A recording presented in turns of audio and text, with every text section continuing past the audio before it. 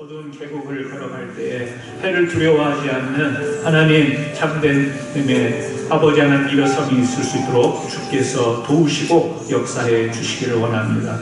주님의 놀라운 은혜와 성령의 역사함이 그곳에 임하셔서 인류가 해결하지 못하는 것 다시 한번 하나님 앞에 겸손하게 내놓는 모습들을 저희들과 경험할 수 있도록 인도하옵소서. 예수님의 이름으로 기도드리옵나이다. 아멘. 하나님의 말씀은 요한일서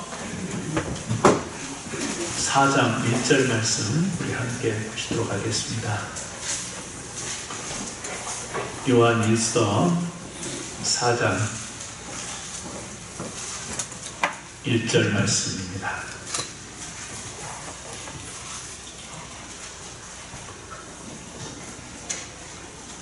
우리 함께 합독하겠습니다. 사랑하는 자들아, 영을 다 믿지 말고 오직 영들이 하나님께 속하였나 분별하라. 많은 거짓 선지자가 세상에 나왔습니다. 아멘. 우리 옆에 분들하고 따뜻한 인사 한번 나누시고 말씀 나누셨으면 좋겠습니다. 복된 주일 되시기 바랍니다. 인사 나누시고요. 주일 되시기 바랍니다. 오늘 본문 말씀을 통해서 진리의 영과 미혹의 영을 분별할 줄 알다, 이런 제목으로 말씀을 함께 나누도록 하겠습니다. 그 명품 패션에 대해서 두 가지 분류하는 것을 본 적이 있습니다. 혹시 여러분도 명품 옷을 가지고 계신지 모르겠는데 명품 옷인데도 분류를 하더라고요. 어떻게 분류를 하냐면 하나는 올드머니 룩, 또 하나는 뉴머니 룩으로 이렇게 구별을 한다고요. 룩 아시죠? 그 올드머니 룩이라고 하는 것은 아예 집안 대대로 부자가 되어서 그 부자의 기득권을 가지고 있는 사람들, 그 사람들을 향해서 그 사람들이 입는 옷을 올드머니 룩이라고 하고, 이제 갑자기 신흥 부자가 돼가지고 이렇게 옛날부터가 아니라 갑자기 부자가 돼가지고 이렇게 부자가 되어서 입는 옷을 뉴머니 룩 이렇게 구별을 하더라고요. 근데 올드머니 룩이라고 하는 그 옷의 특징은 뭐냐면 이 브랜드 라벨, 브랜드 이 로고가 옷에 드러나지 않는 거예요. 근데 뉴머니 룩, 이제 막 부자가 된 사람은 브랜드 네임이 여기에다가 라벨이 붙든지 뒤에 붙든지 이쪽 여기에 뭐 붙든지 이렇게 해서 나 이런 명품 옷 입었어, 이게 그냥 바로 드러나는 거예요. 그런데 올드머니로, 그러니까 아주 옛날부터 부자였던 사람들은 그런 것이 없는데 그것을 입는 사람들끼리 나는 거예요. 아, 저 사람도 저거 입었네. 근데 뭐가 표시가 돼 있는 게 아닌데 아는 거예요. 그러고 보니까 저도 옷에 표시가 안 돼 있어. 라벨이 안 붙어 있어. 이걸 보고 뭐라고 이야기하냐면 노머니 룩이라고 하는 거예요. 여러분, 그래요. 부자가 됐을 때 과시하고 싶은 마음이 왜 사람에게 없겠어요? 자랑하고 싶은 마음이죠. 그래서 이렇게 로고를 드러나게, 표시나게 하는 것처럼. 가만히 이것과 견줄 일은 아니지만 우리 신앙도 보면 내가 믿음을 가졌다, 나는 그리스도인이다, 신앙인이다 할 때 이렇게 표시내고 드러내는 사람도 있죠. 그런가 하면 저 사람이 예수 믿는 사람인지 아닌지 겉으로 봐서는 특별하게 드러나는 것이 없어요. 물론 우리가 그리스도의 향내를 나타내고 빛의 사명을 우리가 그래서 이렇게 드러내는 것이지만 자기 자체로서는 꼭 이렇게 드러내는 게 없어요. 그런데 오랫동안 보죠. 이렇게 신앙의 영적인 이 힘으로 이렇게 그리스도인의 삶을 계속해서 지탱해온 사람들, 이어가는 사람들은 어떤 표시, 나타나는 것이 없어도 그 사람은 잔잔한 그 신앙 가운데서 신앙의 힘을 발휘하고 사는 거죠. 왜 그러냐면 그 안에 하나님의 영이 있기 때문에 그런 것입니다. 그런데 나는 교회를 다니는 사람, 나는 믿는 사람 그러면서 막 이렇게 표시가 나고 겉으로는 표시가 나는데 그 사람은 이제 어떻게 보면 자기를 예수 이름을 통해서 자기를 이렇게 드러낼 수 있는 그런 가능성이 많은 사람들일 수 있겠죠. 신앙이라고 하는 것은 우리 자신에게서 소중한 것이긴 하지만 그것이 표신하고 드러난다고 해서 그것을 신앙이라고 할 수 있는 것이 아니라 우리 속에 하나님의 영이 계시고 우리가 하나님의 영 안에 있을 때에 제대로 된 신앙이 되는 줄로 믿습니다. 오늘도 하나님께 속한 여러분들이 하나님의 영으로 충만하시기를 주의 이름으로 축원합니다. 오늘 요한일서 4장에 보게 되면 사실은 요한일서는 이제 사도 요한이 나이가 많이 들어서 구약에 마치 신명기서가 이제 그 출애굽한 2세들에게 교훈과 설교의 말씀을 주셨듯이 바로 이 연세가 든 사도 요한이 어떻게 보면 후세들에게 교훈하듯 그렇게 주신 말씀 우리가 보게 되는데요. 오늘 4장 1절에서는 무엇을 이야기하냐면 영을 다 믿지 말고 오직 영들이 하나님께 속하였나 분별하라. 영을 분별하라고 하는 이 말씀을 주십니다. 아니 우리는 하나님의 영에 속한 자들이기 때문에 뭐 다른 영을 생각해 본 적이 없죠. 그런데 성경은 구별을 하고 있습니다. 하나님께 속한 영과 다른 영, 조금 다르게 이야기하면 미혹하는 영. 그러면서 쭉 이야기하는데 그 미혹하는 영이라고 하는 것, 그것은 적그리스도의 영이다 이렇게 말하기도 합니다. 그러니까 우리가 쉽게 말하는 이단의 영, 뭐 이렇게도 이야기를 할 수 있겠죠. 적그리스도의 영 그러면 그리스도를 적대하는 영이죠. 또 하나님께 속하지 않은 영. 그런데 존재하죠. 뭐죠? 우리가 말하는 사탄, 마귀 이런 것들이 눈에 보이지 않지만 우리에게 하나님을 믿는 믿음과 우리 하나님께서 우리를 지으셨던 그 본래를 끌어들이는 그런 도전을 자꾸 유혹으로 주고 우리가 미혹해 만드는 그런 것이라는 거죠. 그래서 우리는 영을 잘 분별해야 되는데 지금 사실 요한일서 4장에서는 적그리스도 이단에 좀 초점을 맞춰서 이야기를 하고 있어요. 그런데 오히려 이단을 우리가 구별하는 것은 쉽습니다. 오늘 우리가 이단 그러면 여러분이 어느 정도 지식을 가지고 있어서 이단인지 아닌지를 구별을 할 줄 아는 그런 신앙적 능력은 가지고 있다고 생각이 되어져요. 여기 말하는 것처럼 예수 그리스도가 하나님이심을 부인하는 성육신을 부인하는 이것을 지금 적그리스도의 영 이렇게 소개를 하고 있지만 그것뿐만 아니라 이단들이 주장하는 수많은 교리들이 있지 않습니까? 그러니까 우리들의 경험에서 알고 배워서 알기 때문에 사실은 이 이단의 영은 우리가 구별하기가 쉬워요. 그런데 문제는 뭐냐면 우리가 세상에서 살아가지 않습니까? 그 세상에서 살아가다 보니까 세상에서 접하는 수많은 사상들, 교육들, 문화 또 접할 수 있는 많은 것에 의해서 왜? 우리가 세상에 살아가니까 그래서 거기에서 자연스럽게 우리 안에 침투해 오죠. 그래서 우리의 영을 파괴시킬 수 있는 이것이 사실은 우리에게 더 분별이 필요하고 더 우리가 잘 대처를 해야 되는 부분이 아닌가 그렇게 생각이 되어지는 거예요. 그래서 사실은 요한 일서 4장에서 말하는 이단에 대한 이야기보다는 오늘은 어떻게 보면 이단이 아닌 다시 말하면 교리적 유혹이 아니라 교훈적 유혹. 그러니까 우리가 이것을 들음으로써 참 우리에게 도움이 되겠다. 우리 삶이 윤택해지겠다.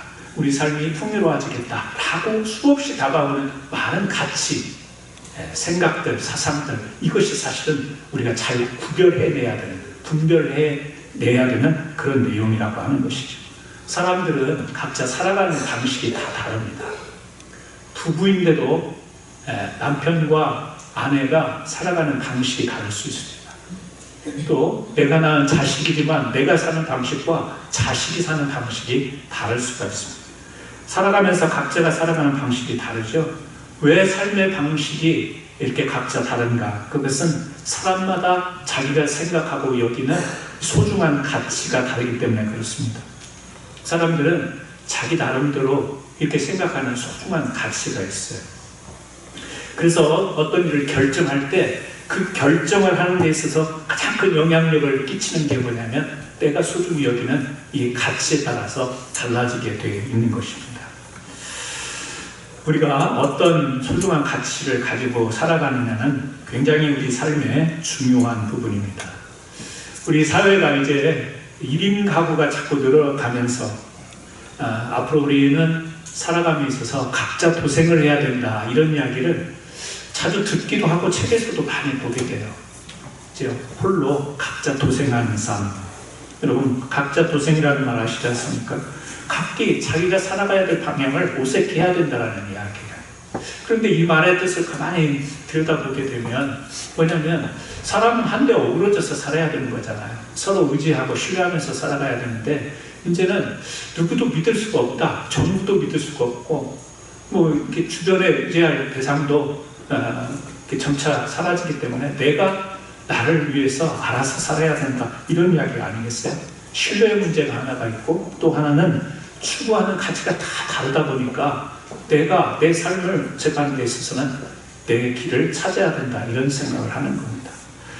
그러니까 추구하는 가치가 같으면 서로 우리가 신뢰하고 같이 살 수가 있을 텐데, 그래서 우리가 생각해 보는 것은 같이 사는 것보다 더 중요한 것은 같은 가치를 가지고 있는 게 더 중요한 게 아닌가, 이런 생각을 해보게 된 것이죠. 예수님께서 마태복음 7장에서 이런 말씀을 하십니다. 거룩한 것을 개에게 주지 말고 너희 진주를 돼지 앞에 던지지 말라. 그들이 그것을 발로 밟고 돌이켜 너희를 찢어 상하게 할까 염려하라. 개에게 거룩한 것을 주지 말고 진주를 돼지 앞에 던지지 말라고 합니다. 왜 그렇죠? 그 가치를 모르기 때문에 그렇습니다. 그 귀한 가치를 모르기 때문에 개나 돼지에게는 귀한 것을 줄 수 없다는 이야기죠. 여러분은 우리 살아가는 성도 여러분들에게 있어서 가장 중요한 소중한 가치는 무엇이겠습니까? 오늘 이 자리에 여러분들이 예배하러 나오신 그 이유가 뭐겠습니까? 바로 하나님, 또 하나님의 말씀이 여러분들에게는 가장 소중한 가치이기 때문에 인생의 우선순위를 두고 또 인생의 중심에 하나님의 말씀을 새기고 그렇게 살아가는 것 아니겠습니까? 그래서 그 소중한 가치에 의해서 삶의 방식이 뭐죠? 하나님께 속한 사람, 하나님께 속한 방식으로, 그리스도인다운 방식으로 우리가 살아가고 있는 것 아니겠습니까? 그런데 이 하나님의 백성답게 그리스도인으로 살아가는 데 있어서 우리의 유혹은 뭐냐면 세상이라는 거죠. 성경의 세상은 좋은 의미와 나쁜 의미로 쓰여 있습니다. 여러분, 하나님이 세상을 지으셨잖아요. 그리고 하나님의 그 모든 영광과 역사를 드러내는 곳이 세상입니다. 구약 성경에서 세상을 그렇게 표현합니다. 또 신약에서 바울은 이 복음을 전해야 될 세상, 그러니까 사명이 있고 마음이 있는 대상이 바로 세상인 겁니다. 그런가 하면 세상은 공중의 권세 잡은 자, 또 악한 사단이 이렇게 붙잡고 있는 그런 세상으로, 악의적인 세상으로 표현하기도 합니다. 왜냐하면 그 세상 가운데에서 하나님을 적대하고 하나님의 뜻을 거스리고 하나님의 가치를 배제하는 일들이 존재하기 때문에 그렇습니다. 그러니까 우리는 이 좋은 세상을 살아가면서도 늘 딜레마에 빠질 때가 있죠. 하나님께서 다스리라고 번성 축복으로 주신 이 땅에서 살아가는데 우리도 모르는 사이에 세상의 악의적인, 세상의 적대적인, 하나님을 적대하는 그런 많은 것들로 인해서 우리도 모르는 사이에 오염이 되고 접하게 되는 이런 어려움을 겪기 때문에 그렇습니다. 그렇다고 우리가 매 순간순간마다 그것을 분별하며 그것을 딱 획을 그으면서 이렇게 살기가 어렵지 않습니까? 듣는 노래도 있고 글로 읽는 또 소설도 있고 수없이 많은 문화 속에서 우리도 모르는 사이에 우리의 영이 하나님의 영, 하나님께 속한 자로 살아가는 데 있어서 그것과는 다른 방향으로 이렇게 들어오는 수많은 것들이 있지 않습니다. 이것을 분별해야 된다는 것이 참 어떻게 보면 이단의 영을 분별하는 것은 쉬워도 이런 것들은 분별하기가 쉽지 않다는 거예요. 그래서 쉽게 이야기하면 좋은 세상에서 살면서 그러나 이 세상의 영향력을 우리가 또 받지 않아야 될 부분이 있는데 그 세상, 이것을 우리는 우리가 분별하고 우리가 조심해야 될 것을 우리가 세속주의 이렇게 표현하기도 하잖아요. 그러니까 다른 세상이라고 표현하기에는 좋은 하나님께서 개입하시고 다스리고 축복을 주신 것들이 있는데 그냥 세상 이렇게 구별할 게 아니라 그 세상 속에서 하나님의 뜻이 배제된, 하나님의 거룩함이 구별됨이 배제된 것, 이것을 우리는 세속주의라고 이야기할 수 있겠죠. 그러니까 우리가 분별해야 될 것은 뭐냐면 세상 속에 있는 세속주의, 이것이 우리 믿는 사람에게 다가올 때, 이것이 교회 안으로 들어올 때 이것을 분별해 내야만 우리가 하나님께 속한 자로 하나님의 뜻 가운데 살아가는 삶을 살 수 있겠다는 거죠. 사도 요한은 요한일서 2장에서 이런 이야기를 해요.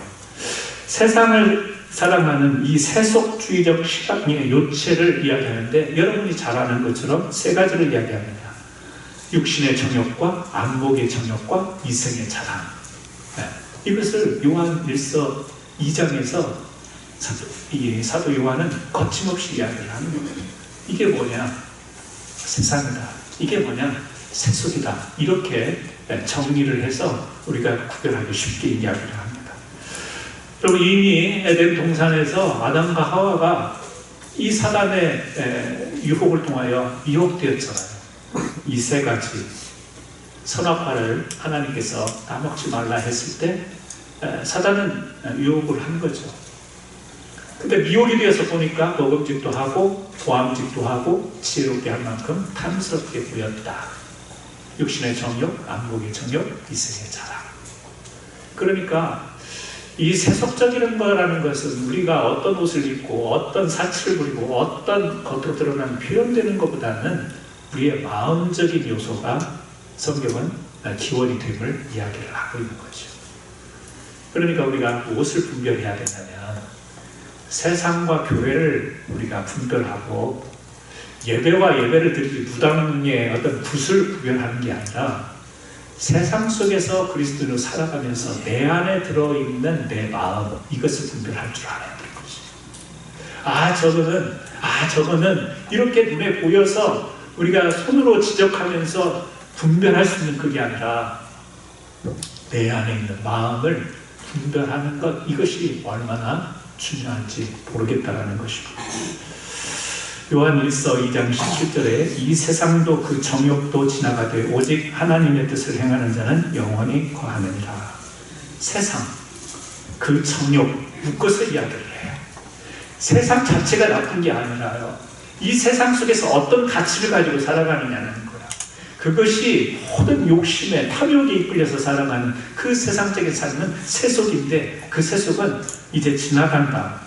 그러나 하나님의 뜻은 영원하다. 지금 그 이야기를 하잖아요. 이게 어디 요한일서 2장에서만 볼 수 있는 말씀이에요. 성경 전체에서 우리에게 보여주는 거죠. 이 생에서 우리의 삶은, 이 생에서 육신 삶은 지나가는 거지만 하나님의 세계는 영원한 것이다. 그것이 우리 또 신앙의 목표이기도 하지 않습니까? 신앙을 갖고 바라보는 우리들의 뼈대이기로 하는 것이죠. 세속주의의 특징은 욕망대로 살라. 한마디로 요약하면 이것일 수 있습니다. 욕망대로 살라. 그래서요, 경제학, 정신분석, 심리학, 철학, 다양한 분야의 이 분야에서 세련되게 우리에게 욕망을 부추기는 그런 이야기를 합니다.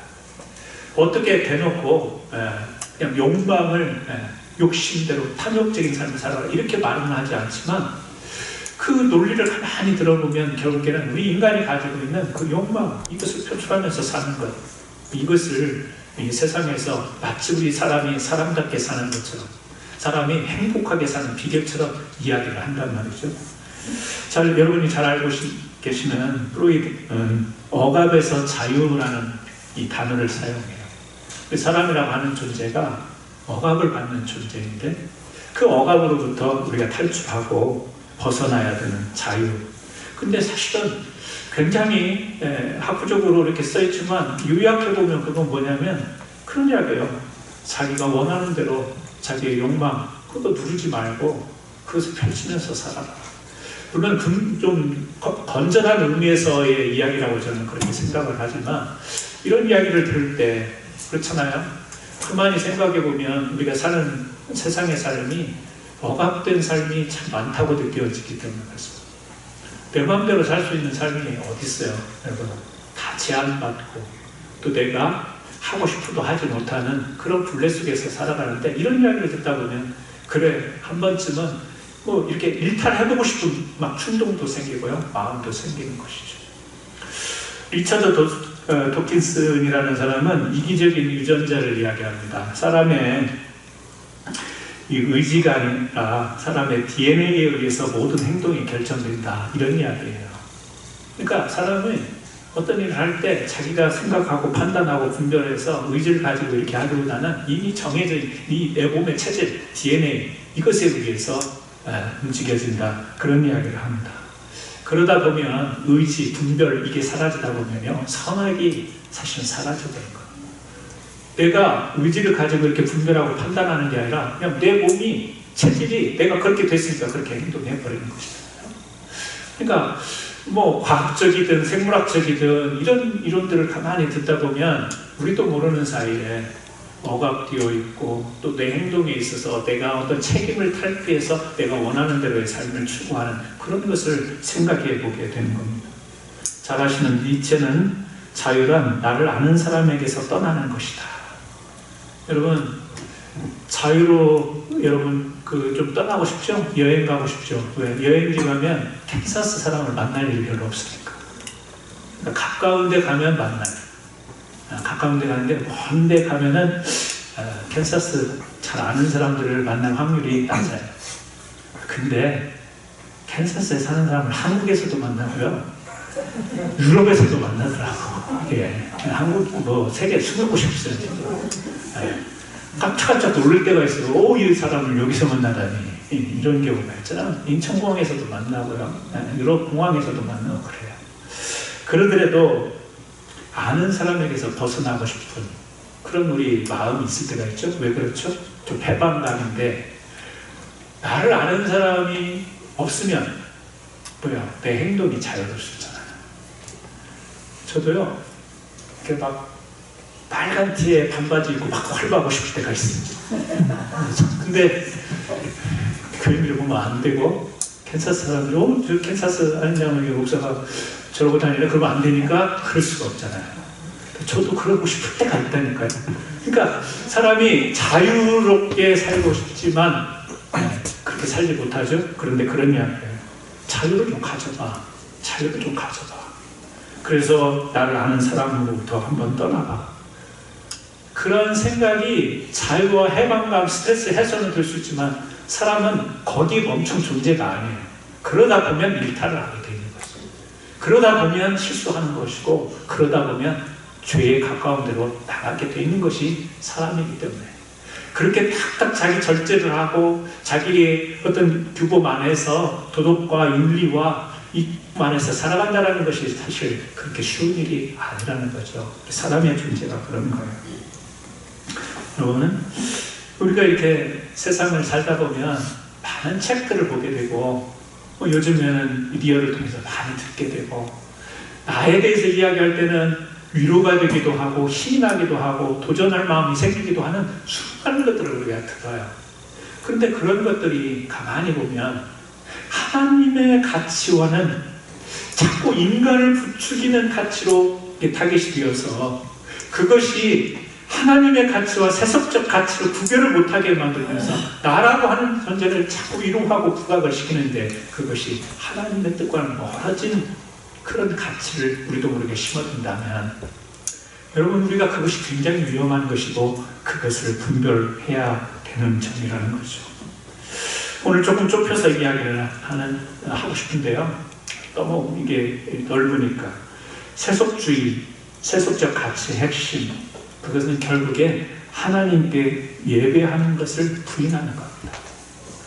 예배하는 것을 못하게 하는 것입니다. 세속주의는 철저히 결국에는 나 중심적인 것으로 흐르게 되어 있어요. 내 필요, 내 감정, 내 상황이 중요합니다. 웨스트민스터 소령문답에 여러분 첫 번째 질문 너무 잘 아시잖아요. 사람의 제일되는 목적은 하나님을 영화롭게 하고 그를 영원토록 즐거워하는 것이다. 그 성경은 인간을 예배자로 딱 규정을 하고 있어요. 그리고 그 하나님의 말씀을 근거로 신학은, 그리고 이렇게 닥트리는, 소요리 문답은 딱 그 성경을 압축하고 정리해서 우리에게 이야기하고 있는 거예요. 우리는 하나님께 예배자라. 그리고 우리의 삶의 방식은 예배자로 사는 것이다. 딱 명확하게 규정을 하고 있습니다. 그것이 우리에게는 딱 이미 하나님의 말씀, 그리고 우리의 삶의 방식으로 자리를 잡고 있어요. 그런데 사람은 어떤 존재라고요? 일탈하고 싶어하는 존재라는 거예요. 어떤 때는 그렇게 꾸준히 예배를 잘 드리다가도 어떤 때는 예배를 좀 휙 떠나버렸으면 하는, 말로는 못해요. 또 그걸 설명도 못하는데 이 마음에 실질적으로 그런 때가 있는 거예요.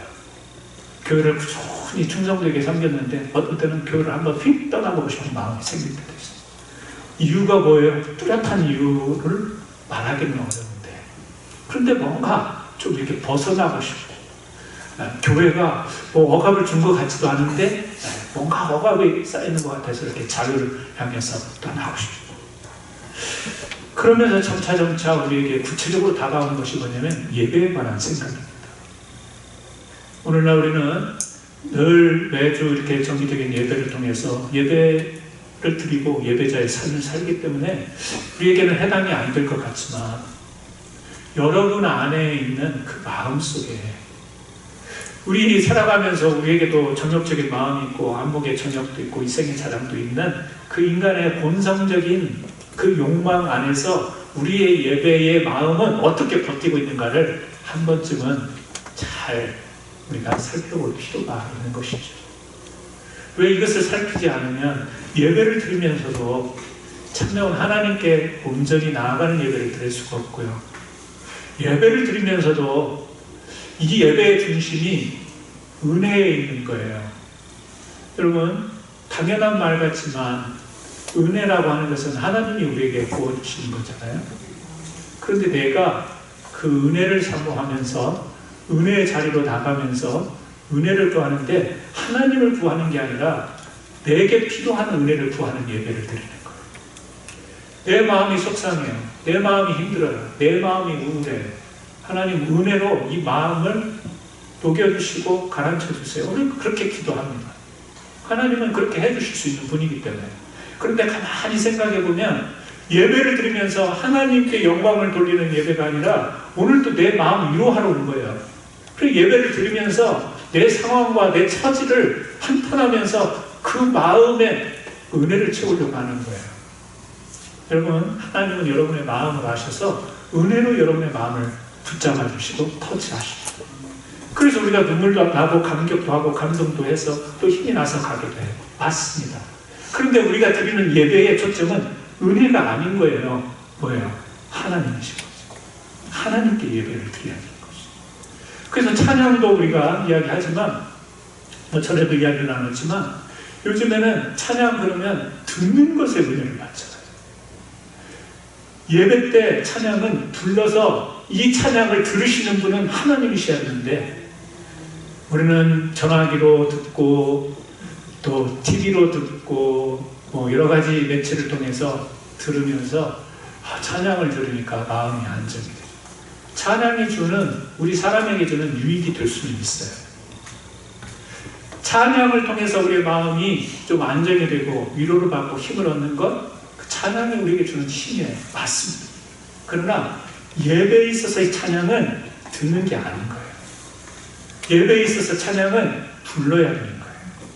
그러니까 예배 때 여러분 찬송을 어떻게 해야 됩니까? 부르세요. 어떤 분은 눈 감고 계속 그냥 가만히 계셔. 남이 듣는 것을 들어. 그게 아니고요. 내가 불러서 하나님이 들으셔야 하는 것이. 찬송이면서 기도면서 간구면서, 그때 하나님이 우리의 모든 것을 아시니까 그때 하나님께서 우리에게 베풀어 주시는 그게 은혜인 거죠. 내가 이렇게 은혜를 필요로 왔으니 하나님 알아서 채워주시고 챙겨주시고 도와주시고, 우리 예배의 중심이 내가 생각하는 은혜의 중심이 있으면 우린 그거 분별해야 됩니다. 왜요? 세속주의가 다른 게 아니에요. 복잡하게 이야기하지 않아도 내 중심적인, 나에게 크게 향해 있는 것이 세속주의 아니냐? 그러니까 예배를 드리면서도 예배가 세속화가 될 수 있는 것은 예배 대상이신 하나님께 그분의 영광을 드러내고 그분을 찬양하며 그분 안으로 들어가는 게 아니라 그 예배를 통해서 나에게 이렇게 향해 있다면 예배 안에 여러분 세속주의가 들어가 있는 것이죠. 그걸 우리가 세속주의라고 이야기를 하겠어요? 그것을 우리가 세속이라고 세상이라고 그렇게 이야기를 하겠냐고. 우리는 예배라고 이야기해요. 은혜라고 이야기하고 찬송이라고 이야기하지 그렇게 생각을 않는다. 근데 그 안에 여러분 우리도 모르는 사이에 그 안에 미혹의 영이 있게 되는 거예요. 그래서요, 내 마음에 합한 예배면 내가 나가고 내 마음에 안 들면 그 예배도 안 가. 내가 뭐 여러 가지 사정과 형편이 있으면 우리가 부득불 교회에 올 수 없는 형편이 오늘날 아주 다양한 다문화, 뭐 다양한 그런 문명의 삶을 살아가고 또 다양한 직종에 살기 때문에 우리가 주일 예배를 잘 지키는 것도 쉽지는 않아요. 그러나 하나님은 아시죠? 뭘 아시나요? 이 안에 하나님 앞에 예배자로 어떤 마음을 가지고 있는가. 적당히 1년 52주 예배 드리는 건데 오늘 여기서도 예배 드릴 수 있고 저기서도 예배 드릴 수 있고 여러분 교회가 없는 곳에서도 우리는 예배하잖아요. 교회가 없는 가정에서도 우리는 찬양하고 예배 드리잖아요. 말씀 보고 묵상할 수 있잖아요. 그런데 우리가 교회 안으로 공동체로 내가 공동체 일원으로 들어와서 우리가 공적인 예배를 함께 드리기로 내가 성도의 일원이 되기로 했으니 우리가 교회에 모여서 같이 예배도 드리고 성도의 교제의 예배도 함께 나누는 거잖아요. 그런데 그런 마음이 자꾸 해이해지다 보면 예배는 어디서도 드릴 수 있는 것. 근데 실상은 어디서든지 예배자의 마음을 가진다면 문제가 안 되죠. 어디서든지 예배자의 마음으로 하나님께 예배를 한다면 문제가 안 되죠. 장소가 문제가 안 되죠. 그런데 진짜 그런 마음이냐라는 거예요. 그 마음이 아니라 내가 어디서든지 하나님이 아니라 내가 어디서든지 라는 말이 된다면 그것은 이미 우리 마음속에 예배의 세속화가 되어 있을 수 있다는 것. 오늘은 하나님 앞에 우리가 예배를 드리면서 이 예배에 대한 우리가 좀 더욱더 영적인 분별이 필요하지 않나 그런 생각을 해봅니다. 구약의 잠시 가인과 아벨의 제사 대표적인 모형이죠. 가인과 가인이 드린 제물은 하나님이 받지 않으셨습니다. 그런데 아벨은 양의 첫 새끼와 그 기름으로 드렸는데 하나님은 그것을 기뻐 받으셨습니다. 차이는 뭐냐면 아벨은 구별하여서 드린 거예요. 양의 첫 새끼, 기름 이걸 구별하여 드렸고 가인은 이 제물을 바치는 것에 있어서 아벨과 같은 그런 구별된 제물을 드린 것이다. 물론 이 짐승을 잡은 곡식으로 드린 제물이라고 이야기할 수 있겠지만 여기서 말하는 포인트는 뭐죠? 마음인 것이죠. 각계는 가인과 아벨의 제사에 있어서도 어떤 마음을 드렸느냐. 아벨은 구별된 것. 그 구별된 건 뭐냐? 희생의 제물을 가지고 드렸다. 하나님이 그 제물을 받으신 하나님이 아니라는 성경 구절이 여러 가지 나오지 않습니까? 제물이 아니라 하나님께 희생의 제물을 담아서 그 마음, 희생의 마음을 희생 그러면 무슨 어떤 피해를 생각하는 것이 아니고요. 하나님 앞에 준비되고 정성을 다하고 하나님께 몰입이 된 그것을 말하는 것입니다. 그래서 우리가 구약에서도 모형으로 보여주지만 가인과 아벨의 제사에서도 보여주지만 가인의 제사는 결국에 자기 중심적인 제사를 드린 거고 아벨은 하나님 중심적인 제사를 드린 거예요. 예배는 우리가 드리다 보니까 너무 익숙해집니다. 우리가 익숙하다 보면 이 반복의 위험에 빠지기도 합니다. 와서 정형적인 예배 순서에 의해서 기도, 찬송, 말씀 나누고 꽤 돌아갑니다. 여러분 그런 방식이 아니라 하나님께 속한 자의 방식으로 예배를 드릴 수 있기를 바랍니다. 물론 우리가 형식을 가지고 예배를 드리지만 여러분이 매주 하나님께 드리는 예배가 달라야 되는 것이죠. 지난주 예배와 오늘 주일 예배가 똑같은 게 아니고 매 주일 예배가 달라야죠. 왜? 우리가 살아가는 것이 다르잖아요. 지난주와 오늘. 지난주 내가 가졌던 마음과 오늘 가진 마음이 다르잖아요. 그러니까 매 주일마다 여러분이 희생의 제사, 다시 말하면 내 마음을 쏟아놓고 내 정성을 다하고 내 것을 주님 앞에 향할 수 있는 이 예배. 우리 믿는 사람의 믿음의 증거는요, 사실 예배를 통해서 드러나게 되어 있습니다. 아무리 이야기해도 믿는 자, 그리스도인의 증거는 예배를 통해서 드러나게 되어 있습니다. 어떤 예배를 드리느냐, 누구를 향해 예배를 드리느냐, 어떤 방식으로 예배를 드리느냐. 그래서 저는 오늘 교회가 세상에 나가면 복음화가 되고 세상이 교회로 들어와 버리면 그건 세속화가 되는 거잖아요. 교회는 세상을 향해서 나가는 복음화된 교회가 되어야 됩니다. 그러기 위해서는 교회 안에서 그 정체성이 분명해야 돼요.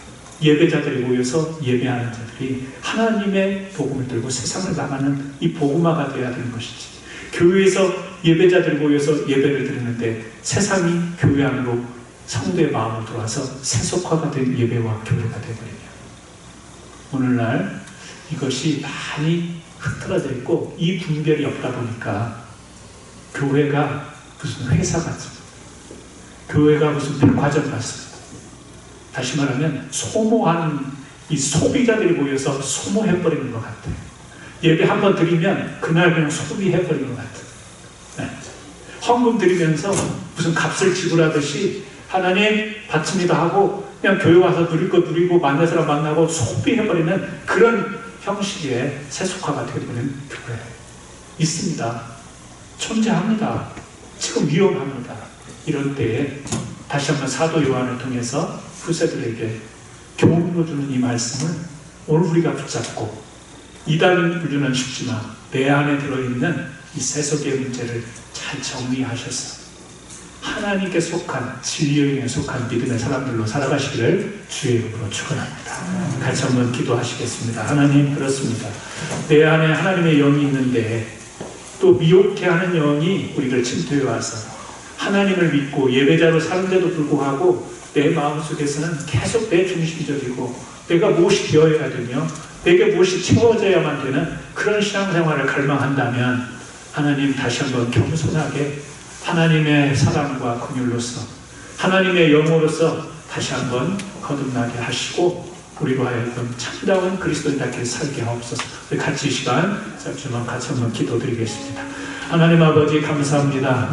또한 일서 사랑의 말씀을 통해서 사랑하는 자들에게 영을 다 믿지만 하는 사도 요한의 권고를 우리가 듣습니다. 왜 그러냐면 거짓 영이 있기 때문에 그렇습니다. 미혹의 영이 있기 때문에 그렇습니다. 이 적그리스도의 영이 있기 때문에 그렇습니다. 세상 속에 살아가다 보면 우리도 모르는 사이에 하나님, 나를 부각시키는 나의 존재를 중요시하는 수많은 것들을 접하면서 우리도 모르게 하나님께 속한 자, 예배자의 삶이 아니라 소비자처럼 그렇게 살아가는, 우리가 필요하면 얻고 또 그 필요가 끝나면 버려버리는 이와 같은 중심의 신앙, 양떼가 되지 않도록 주여 우리를 붙들어 주옵소서. 우리 겟세마네 장로교회에 속한 모든 성도들이 오늘도 거룩한 영으로 진리의 영으로 하나님 참다운 하나님의 사람들로 아름다운 신앙생활을 영위해 갈 수 있도록 붙들어 주옵소서. 예수님의 이름으로 기도합니다. 아멘.